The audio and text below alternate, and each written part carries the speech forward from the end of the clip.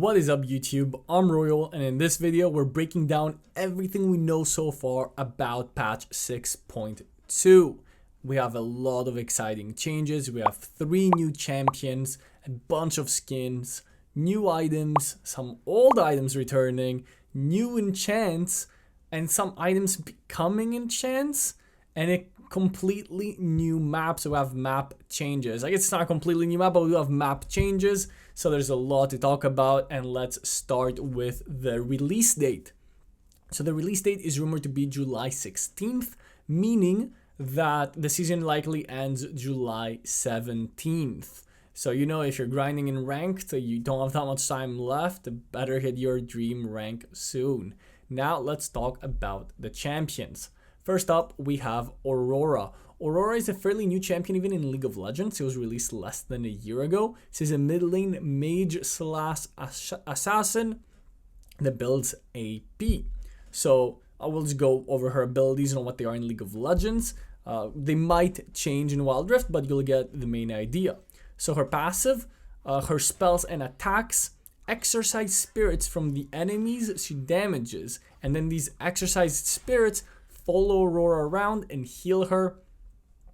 Her first ability, she sends out a missile that curses any enemies it hits.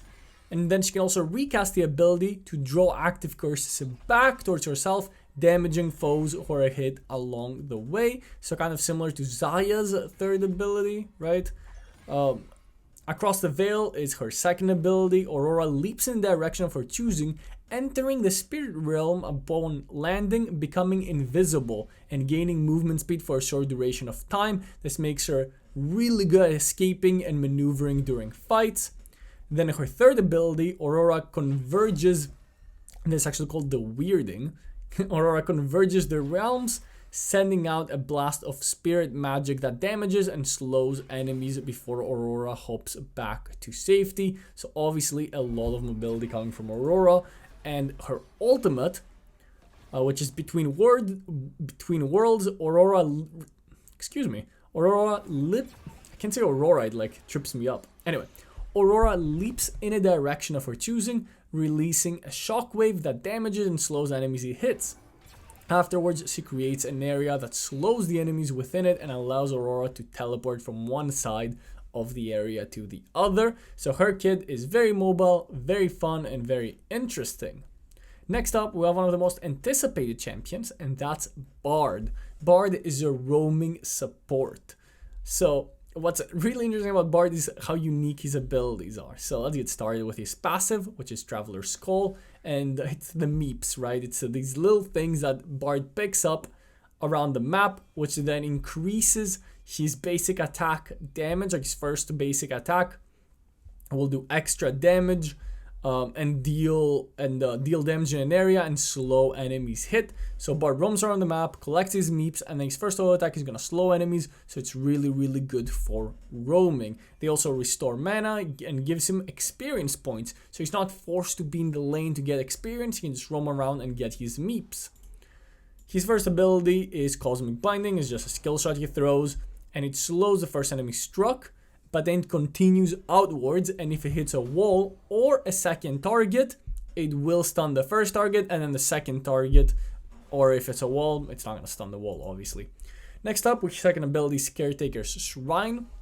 It creates like a health shrine that powers up over time. So if you leave it there to, I guess,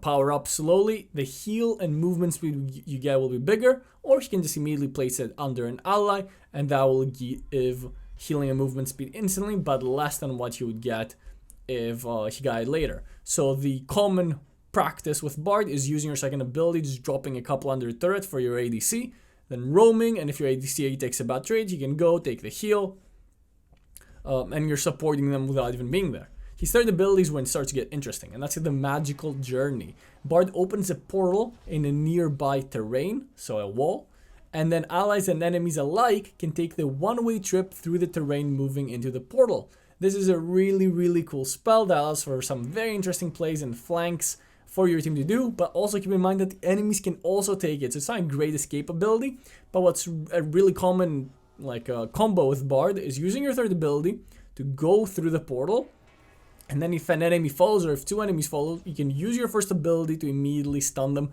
as they're coming out of the portal. So it's always really dangerous as in the enemy team to take those portals. Lastly, we have his ultimate, which is Tempered Fate, and Bard sends spirit energy arching onto a location. So it's this big circular skill shot, and it puts all enemies, minions, monsters, and turrets into stasis for a brief time. So it's an AoE stasis ability. Obviously extremely unique and extremely interesting. I wonder how it's gonna be like in Wild Rift. I'm actually wondering if they're gonna keep his abilities the same. I don't see why they would change them, but it's gonna be super interesting nonetheless. And finally, we have Velcos. Finally, some more Void champions coming into the Rift. Starting off with his passive, Organic Deconstruction. Velcos' abilities apply the Organic Deconstruction, so similar to Kaisa passive, but instead of auto attacks, it's applied with abilities. And if there's 3 stacks, the enemies take a burst of true damage. So if you pretty much hit an enemy with 3 spells, the enemy takes some true damage. And you can proc this multiple times, I believe. I don't think there's a cooldown on it. So Velcos, his first ability, Plasma Fission. Velcos shoots a plasma that splits into 2. And what's awesome about this is that you can activate it early, and it will split into 2 immediately as you throw your first ability. And the cool thing about this is that it's all about geometry. Also, when it hits an enemy, it splits. So it's all about geometry. You can increase the range by throwing it diagonally, and then obviously that's gonna make it increase more range. Go learn some triangle math if you're interested in becoming a Velcos main, learn the Pythagorean theorem.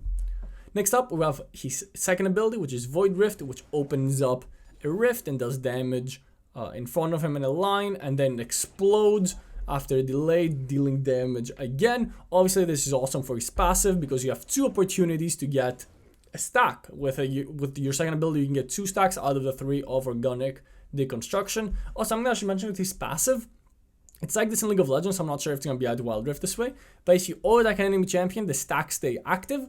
So, you know, like usually it will expire after 3 seconds, but as long as you're auto-attacking the enemy champion, the stacks stay on him.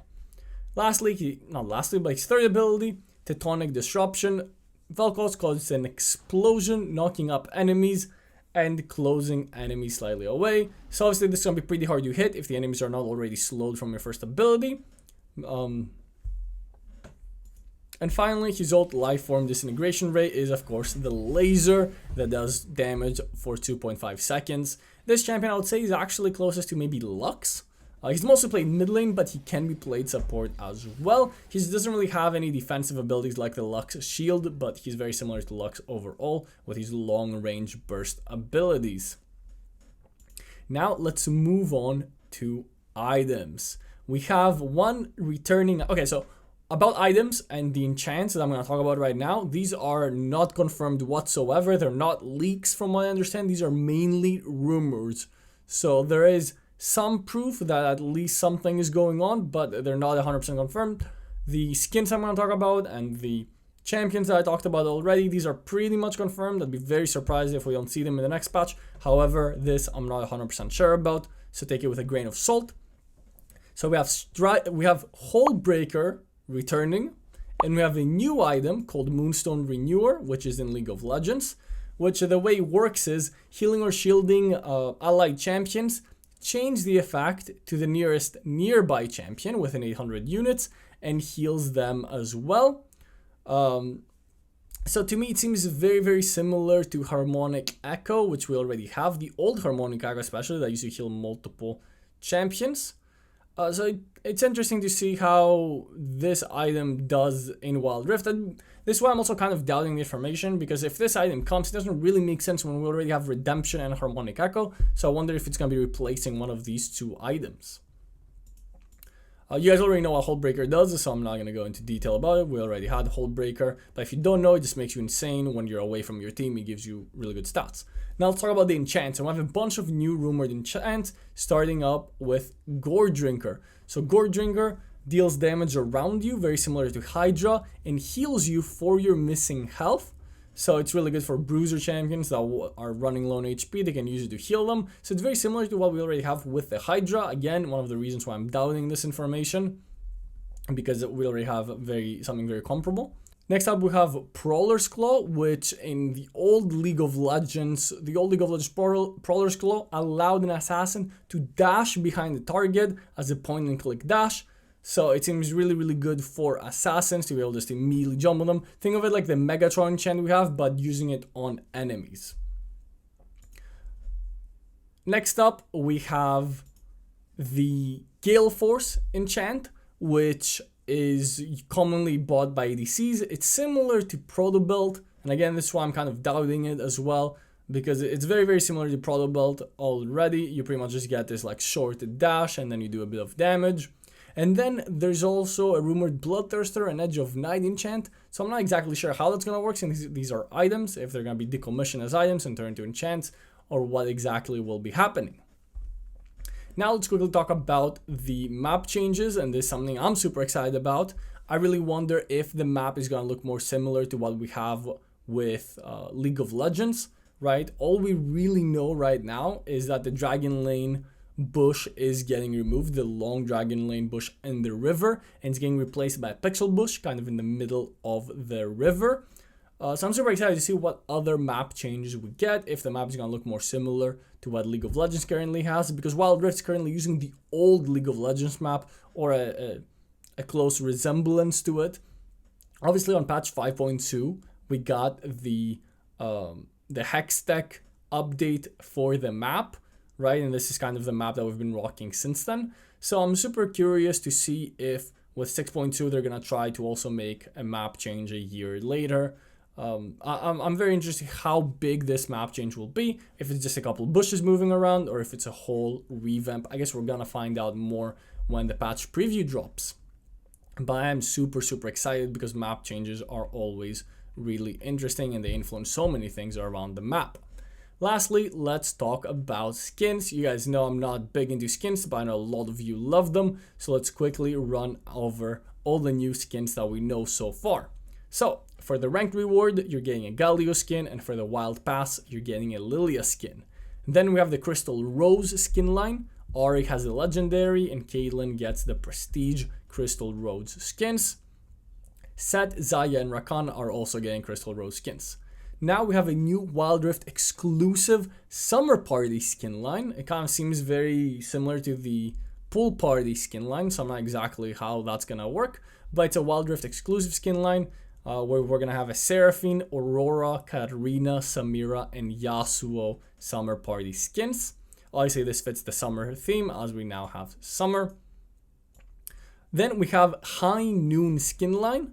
Yone is getting a High Noon skin to match with his brother Yasuo. And then we also have Victor, and then the jungle pair, Kha'Zix and Rengar. Another skin line we're getting is Calligraphica, right? We already have Calligraphica skins, which is one of the prettiest skin lines in Wild Rift. So we're getting a Kali, Sona, Varus, Viego, and the prestige Calligraphica skins goes to Vayne. So super excited about that. This is actually one of the best looking skin lines. Then we're also going to be getting Garden Party Braum to celebrate the anniversary of Wild Rift. We're getting Omega Squad Vigor, Ashen Knight Mordekaiser, Star Guardian Jinx gets a Mythic Chroma, and finally there's a new Lux skin, rumored to be Space Groove Lux, but it's something to do with space and Lux. So these are all the updates that we have so far for patch 6.2. Let me know down below which update, which change you're most excited about. Is it the items, the new champions, the skins? Please let me know down in the comments what you're most excited about and what you're hoping to see in Wild Rift. Any champions, any items that exist in Wild Rift that you're hoping, that exist in League of Legends that you're hoping will exist in Wild Rift. Also, look out for the patch preview. It should be coming any day now, where we're going to get a lot more information. Thanks so much for watching. Leave a like if you enjoyed and subscribe for more Wild Rift content.